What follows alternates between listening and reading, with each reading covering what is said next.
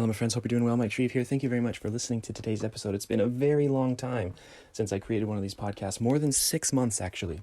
And that's the theme of today, is I want to tell you what happened as a result of not making content for 6 months. I want to share with you some of the results, some of the lessons we learned, and some of the principles that you can use to apply to your business as well. So let's go ahead and jump right into it.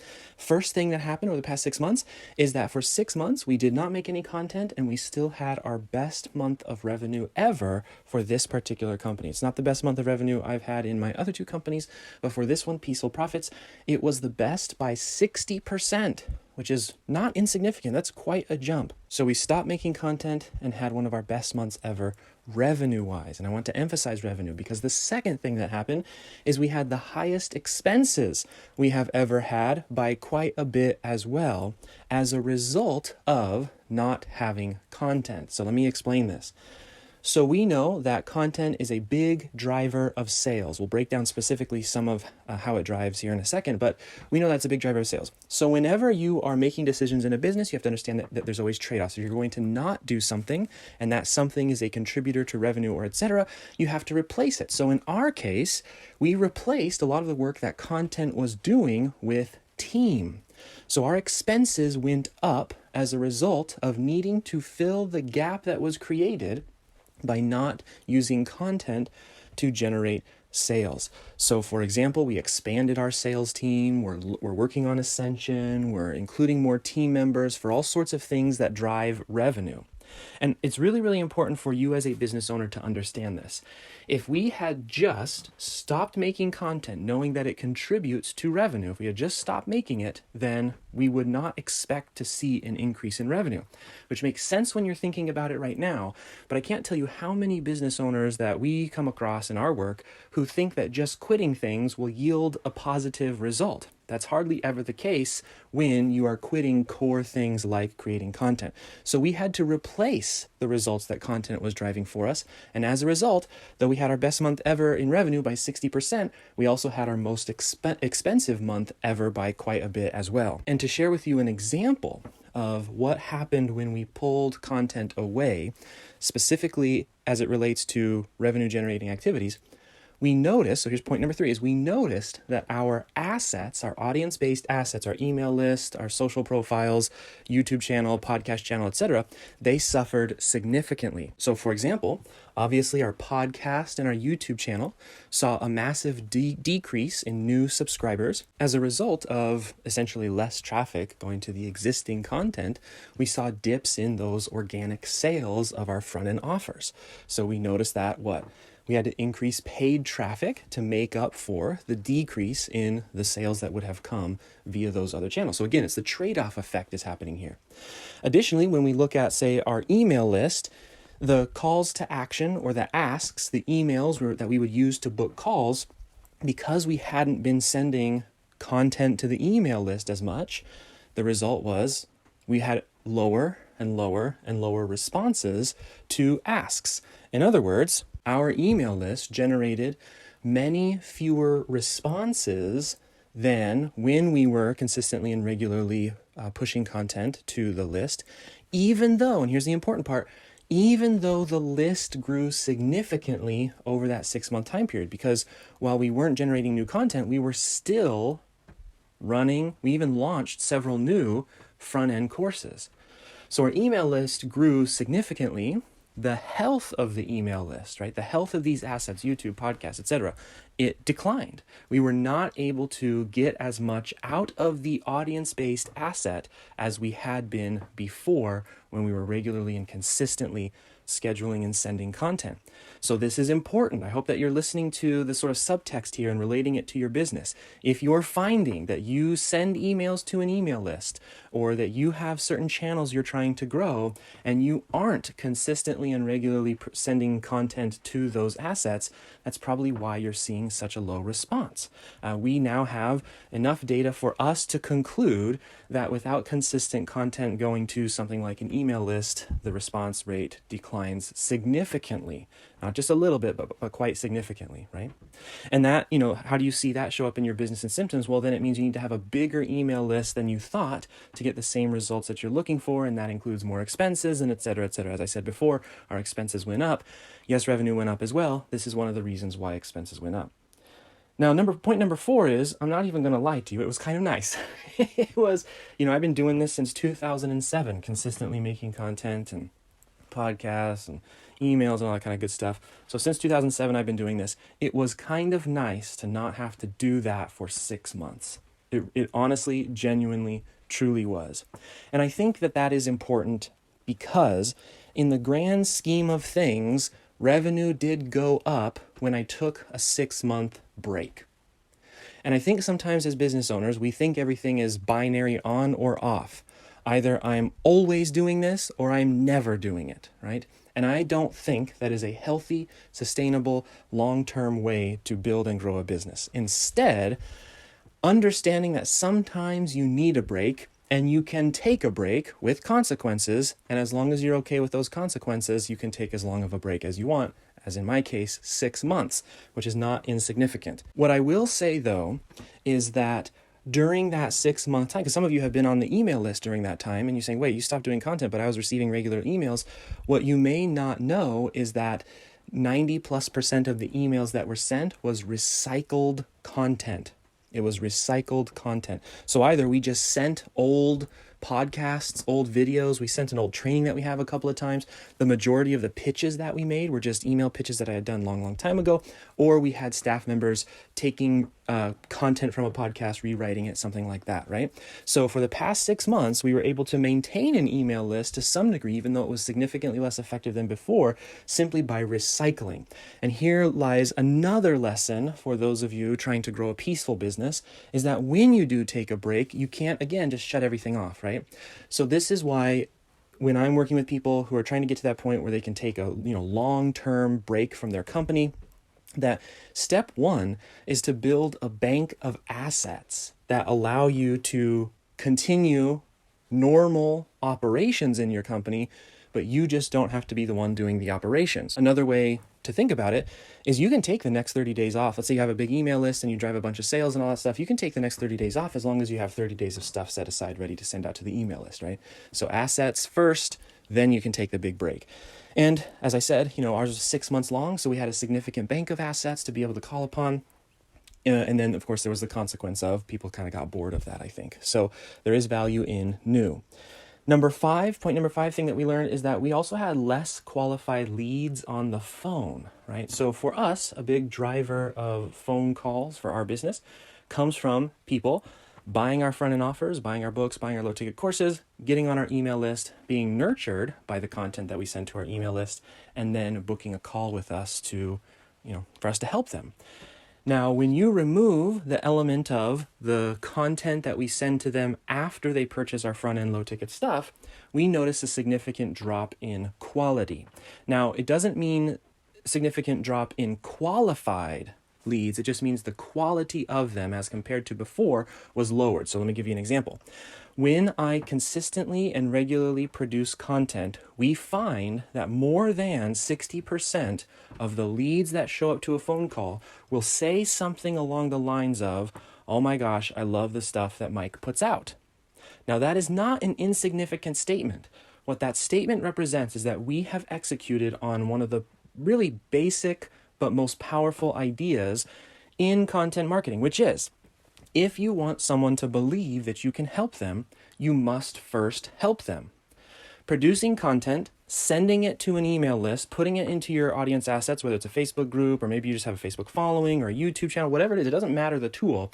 But that content, if you make it to be something that is helpful as possible, or interesting or valuable or even entertaining, it changes the quality of the person who shows up from something of a stranger, or at least somebody who maybe isn't as big of a fan. They may just be interested in helping. And not saying they aren't a fan, it's just compared to somebody who shows up and says, "Oh my gosh, I love everything that you guys talk about."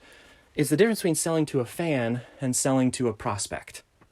And that difference is significant in both real dollars measured and in the atmosphere of your sales team.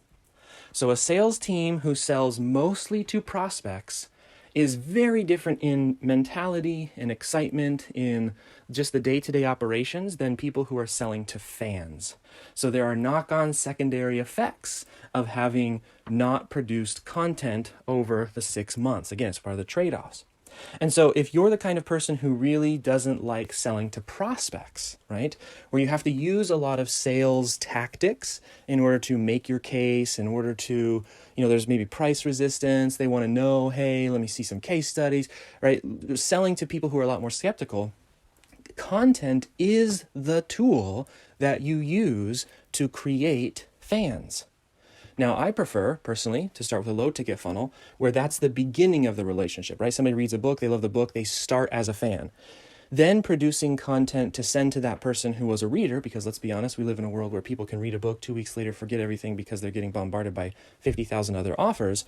Continuing to stay front of mind with engaging, interesting content then creates those lifelong loyal fans. And when you sell to a fan, it changes the relationship from let me try and prove to you that I can help you to figuring out, hey, what version of help are you more interested in? What prescription can we give you? And it goes from a less aggressive, posturing, power type sales process to a more, you could say, diagnostic sales process, which is, in my opinion, the best way to sell. Okay, and then lastly here, one of the lessons that we learned is that by not creating content for 6 months, I was able to focus on a lot of other stuff. So we were able to 2x the size of our team over that 6-month period. Again, that's where a lot of our cost came in, but this is a long-term play. We're making the investments now because I fundamentally believe the next year or two is going to be very difficult just in the global recession, markets, blah, blah, blah, all that kind of stuff. I want to have as many people on board as possible to help weather that storm. And then the other thing that happened, which is very exciting, is because of that focus, we were able to spend a lot more time and energy and focus and just output and inputs on the front end. So we now are selling 3 times as many front ends. So for us, that's our books and low ticket courses as we were the previous 6 months. And that's because of focus. So again, it comes down to the trade-offs. I wasn't spending so much time creating content. Instead, we were able to put team and focus behind drastically increasing the front end. So what are some of our conclusions? What are we going to do as a result of all of this? Well, conclusion number 1 is that content is directly correlated with the health of your audience. Now, when we say health of audience, the way that we think about this is the audience that we have created, again, whether it's on Facebook, whether it's your email list, whether it's on LinkedIn, it doesn't matter what, the audience that you dip into in order to pull clients and customers from, it requires some nurturing to maintain the health of that audience as it correlates to the important metrics you use to determine whether or not something is successful. So, in other words, a simple way of thinking about that is our audience will produce higher quality leads. So again, think about how we were talking about quality earlier. We will be able to ask more frequently and more consistently for things like, hey, do you want to book a call? Hey, do you want to take part in this offer, et cetera, et cetera. So we'll be able to submit more asks to that audience. And then we will increase our LTV, which is lifetime value, by increasing our LTR, which is long-term relationships, through the production of content. So we look at audience health as directly correlated to content production. So we tested that. We wanted to see how true is that? What happens if you don't for 6 months produce new content? And the answer is the health of your audience, the group of individuals that you pull clients from, that you dip in to generate the revenue for your company, the health of that asset is directly correlated to the production of content. And so for us, that's a big one. It means that I'll be spending more time producing more content. And it also means that we are going to be involving team members in producing content. We're now putting together systems and procedures to allow team contributions towards the health of our audience assets. Specifically, we're going to be doing things like hosting and holding live webinars. We're going to be setting up blog content with contributors from the team, and et cetera, et cetera. I, of course, will continue the podcast as we did previously, but we're also going to be involving some team members as well. Our goal is to make being a member of our audience better than most paid products. Right? So being on our email list, we want it to feel like just being a member, just having bought one of our low ticket courses, being on that email list will feel better than some of the paid courses that you've purchased from other people before. So that's one of our goals. The other conclusion that we've come to is that content does sell. There's not really any question for us at this point that just the basics of content, so the frequency, the consistency, a lot of people get hung up on what's the specific framework for the specific podcast for the basically, if you create stuff that actually helps people, we're just sitting down and saying, I'm making this piece of content for someone. I want them to have this outcome at the end of the piece of content. I want them to feel like I tried to help them during this thing, whether it's a podcast, video, email, whatever. Doing that consistently, it does actually lead to sales.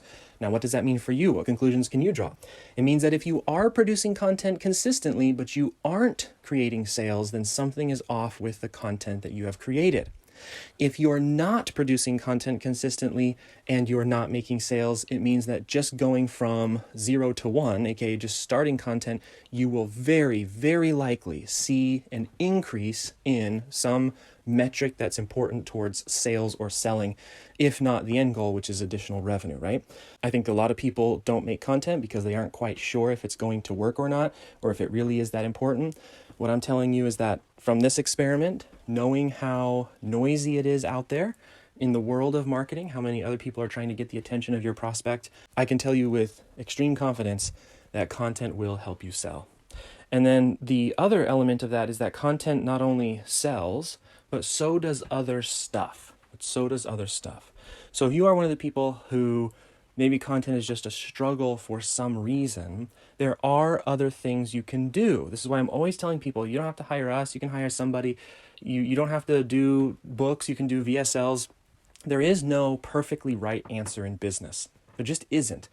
There isn't even a quote-unquote best way, because in the help industry specifically, so much of how we grow these companies is based off of the CEO. It's based off of you, the person who is out there doing a lot of the work, especially if you're under, say, $5 million a year.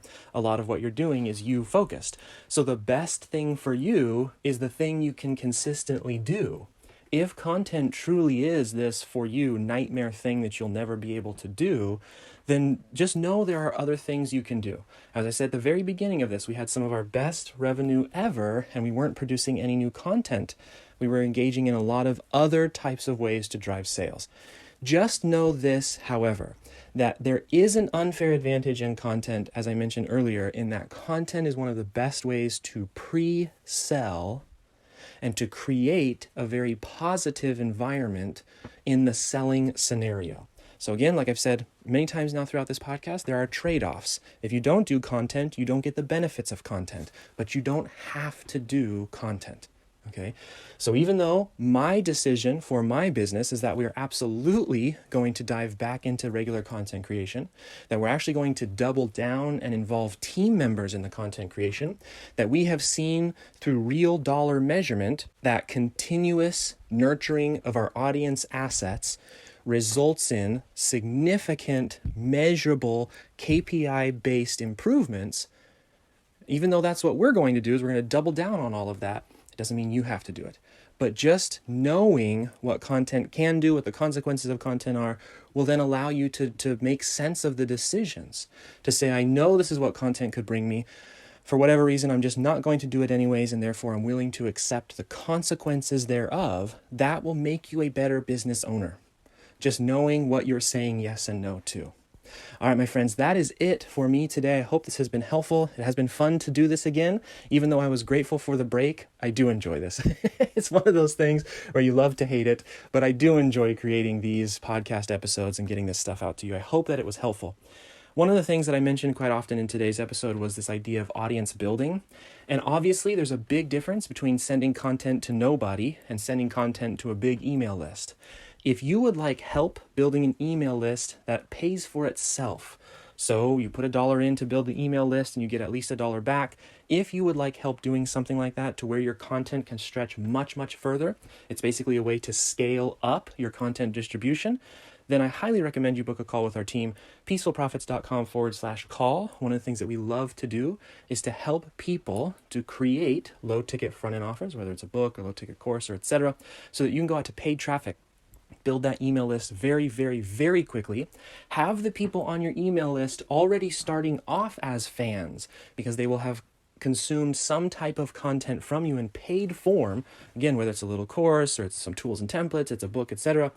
Then you can set up this incredible nurture environment so that when people are getting on the sales call with you or with your sales team, they're getting on the call as super fans rather than as strangers / your basic prospect. I can tell you it makes a huge difference just to not only the bottom line in terms of revenue, you're converting many more people than you would normally, but it also makes a big difference in the mental game for yourself and for your sales team. So I highly recommend that you book a call with us, peacefulprofits.com/call. We'd love to help you to get that up and running as quickly as possible. I also hope genuinely that this has been an insightful podcast for you, and we'll see you in our next episode.